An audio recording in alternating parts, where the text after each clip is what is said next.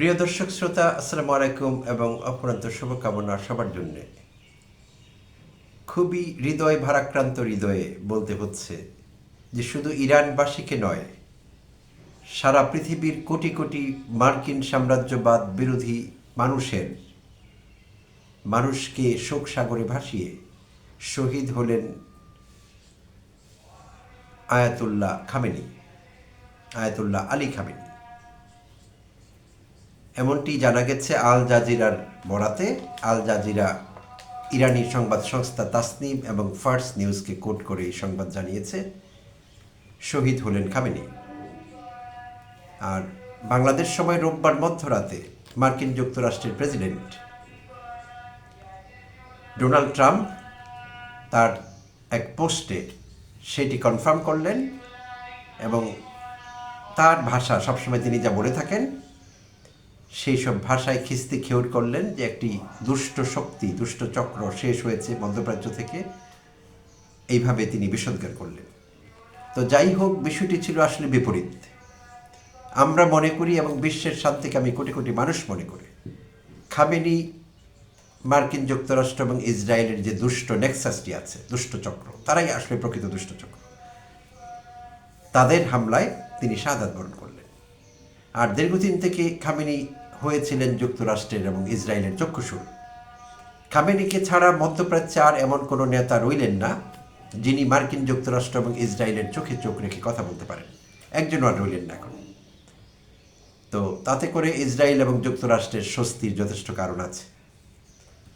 একমাত্র শক্তি যাকে তারা ভয় পেতেন, যাকে তারা সমীহ করতেন এবং যারা সত্যিকার অর্থে তাদের অনেকের রাতের ঘুম অনেক সময় কেড়ে নিয়েছেন, এই খামেনি।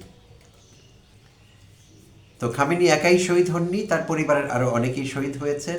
তার জামাতা, তার মেয়ে, তার একজন গ্র্যান্ডসান বা নাতি এবং জানা গেছে তার একজন পুত্রবধূ নিহত হয়েছে। শনিবার ভোরে এটি ঘটেছে যখন খামেনির প্রাসাদে হামলা করা হয়। আগেই আমরা সেই ছবিটি দেখেছিলাম। আমি গতকাল একটি ভিডিও আপলোড করেছিলাম, সেখানে আমি তার ধ্বংসপ্রাপ্ত প্রাসাদের ছবিটি দিয়েছিলাম এবং আমার কাছে মনে হয়েছিল যে খারাপ কিছু ঘটতে যাচ্ছে। তা আমার ইনটুইশন বলছিল আমাকে। তো আমরা সেটি চাইনি, বাট সেটি ঘটল। সো আমরা দুঃখ প্রকাশ করছি।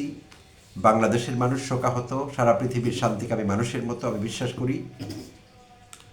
আর ইরান রাষ্ট্রীয়ভাবে 40 দিনের শোক ঘোষণা করেছে আর 1 সপ্তাহের সরকারি ছুটি ঘোষণা করেছে।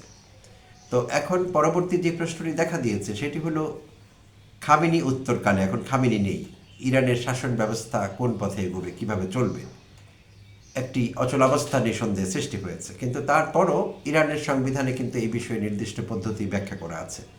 সেখানে বলা আছে যে খামেনির অনুপস্থিতিতে, এরকম তার আকস্মিক মৃত্যু বা কোনো কিছু হলে তিনি যখন অ্যাবসেন্ট থাকবেন তখন কিভাবে রাষ্ট্র চলবে, সাময়িক পরিস্থিতি কিভাবে মোকাবেলা করা যাবে, সেখানে নির্দেশ করা আছে প্রেসিডেন্ট পেজেশকিয়ান আছেন এখন, তিনি থাকবেন এবং জুডিশিয়ারি হেড থাকবেন, বিচার বিভাগের প্রধান থাকবেন এবং গার্ডিয়ান কাউন্সিল থেকে একজন ধর্মীয় নেতা থাকবেন। সো এই 3 জনের সমন্বয়ে একটি কাউন্সিল বা পরিষদ গঠিত হবে। তারাই এই অন্তর্বর্তীকালীন সময়ে ইরানের রাষ্ট্রীয় কার্যক্রম চালিয়ে নেবেন। এরপর তারা হয়তো তাদের মতো করে ডিসাইড করবেন। তো ইরানবাসী সেই সিদ্ধান্ত নেবার জন্য চূড়ান্ত ক্ষমতা রাখেন এবং সেটি তাদের চূড়ান্ত সিদ্ধান্ত যে ভবিষ্যতের ইরানকে তারা কেমন দেখতে চান। তারা কি আরেকজন ধর্মীয় নেতা নির্বাচন করবেন, সেটিও করবার নির্দিষ্ট পদ্ধতি ব্যাখ্যা করা আছে। একটি হায়ারার্কিক অর্ডার আছে তাদের, কে কীভাবে যাবেন, পরবর্তী ধর্মীয় নেতা কে হবেন, সব বর্ণনা করা আছে, তাদের জানা আছে আগে থেকে। তো তারা সেই রাস্তায় যাবেন নাকি মার্কিন যুক্তরাষ্ট্র প্রদর্শিত প্রেসক্রিপশন ফলো করবেন। তো যা দেখা গেছে ইরানের মানুষ এটিকে সহজভাবে নেননি। সকাল থেকে রোববার ইরানে মিছিল হয়েছে, মৌন মিছিল হয়েছে, হাজার হাজার মানুষ তেহরানের রাস্তায় নেমে এসেছেন এবং তারা অনেকেই কান্না করছিলেন। খামেনির ছবি নিয়ে, প্ল্যাকার্ড নিয়ে তারা রাস্তায় মিছিল করছিলেন এবং তারা যুক্তরাষ্ট্র এবং ইসরায়েলের বিরুদ্ধে স্লোগান দিচ্ছিলেন, যুক্তরাষ্ট্র নিপাত যাক, ইসরায়েল নিপাত যাক। তো এই দুষ্টচক্র তারা এখনও যুদ্ধ থামায়নি। তারা বলছিল যে তারা হেভি বম্বিং চালিয়ে যাবেন। তারা সম্ভবত ইরানের সামরিক শক্তি যেখানে যা কিছু আছে, ইতিমধ্যে আমরা জেনেছি 20টিরও বেশি প্রদেশে তারা হামলা করেছেন। 31টি প্রদেশ আছে ইরানে, বাই দ্য ওয়ে। 20টি প্রদেশে তারা হামলা করেছেন এবং ইতিমধ্যে ব্যালিস্টিক মিসাইল সাইট থেকে শুরু করে বিভিন্ন সাইটগুলোকে তারা টার্গেট করেছেন এবং সম্ভবত তারা চাইছেন নিশ্চিত করতে যে ইরানের কোনো সামরিক সরঞ্জাম, কোনো রকম সামরিক শক্তি ইরান প্রদর্শন করতে পারে এমন কিছু আর না থাকে, সব কিছু ধ্বংস তারা করবেন। তো এমনই তাদের টার্গেট। আর দেখা যাক এদিক থেকে ইরানের যে বিপ্লবী গার্ড বাহিনী আছে আইআরজিসি, তারা কিন্তু হুমকি দিয়েছে যে তারা তাদের সর্বোচ্চটা করবেন, তাদের পক্ষে যা কিছু করা সম্ভব তারা সব করবেন এবং প্রতিশোধ নেবেন তারা এই ন্যাক্কারজনক হামলার, এবং খামেনির শাহাদাত বরণ করবার বিষয়টির প্রতিশোধ নেবেন তারা অলরেডি ঘোষণা করেছেন।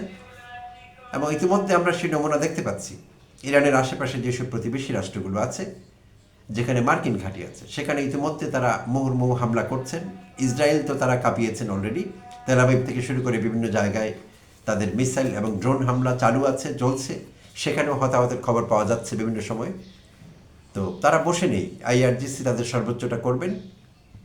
এখন দেখা যাক, খুব শিগগিরই আমরা হয়তো বুঝতে পারবো ইরানের প্রকৃত পরিস্থিতি কোন দিকে যাচ্ছে, তারা কি সিদ্ধান্ত নেবেন, সব কিছু আমাদের জানতে আরও হয়তো কিছুটা সময় লেগে যাবে। আর সবচেয়ে বড় কথা হলো এই অশুভ শক্তি এখনও ইরানের উপর হামলা থামায়নি, তারা কিন্তু হামলা চালিয়ে যাচ্ছে। তো আমরা দেখতে চাচ্ছি এবং অপেক্ষা করছি দেখবার জন্য আইআরজিসি কী পরিমাণ রেজিস্ট্যান্স তারা মেনটেন করতে পারে, কিভাবে মোকাবেলা করতে পারে, প্রতিরোধ শক্তি তাদের কতটা আছে। আমরা এতদিন যা শুনে এসেছিলাম যে তারা যথেষ্ট শক্তি ধারণ করেন প্রতিরোধ করবার, তো কতটুকু শক্তি তারা প্রয়োগ করতে পারেন এবং আদৌ ব্যাপারটি কোন দিকে দাঁড়ায় আমরা দেখবার জন্য অপেক্ষা করছি এবং নিশ্চয়ই জানতে পারবো খুব তাড়াতাড়ি। প্রিয় দর্শক শ্রোতা, ধন্যবাদ সবাইকে সঙ্গে থাকবার জন্য, ভালো থাকবেন।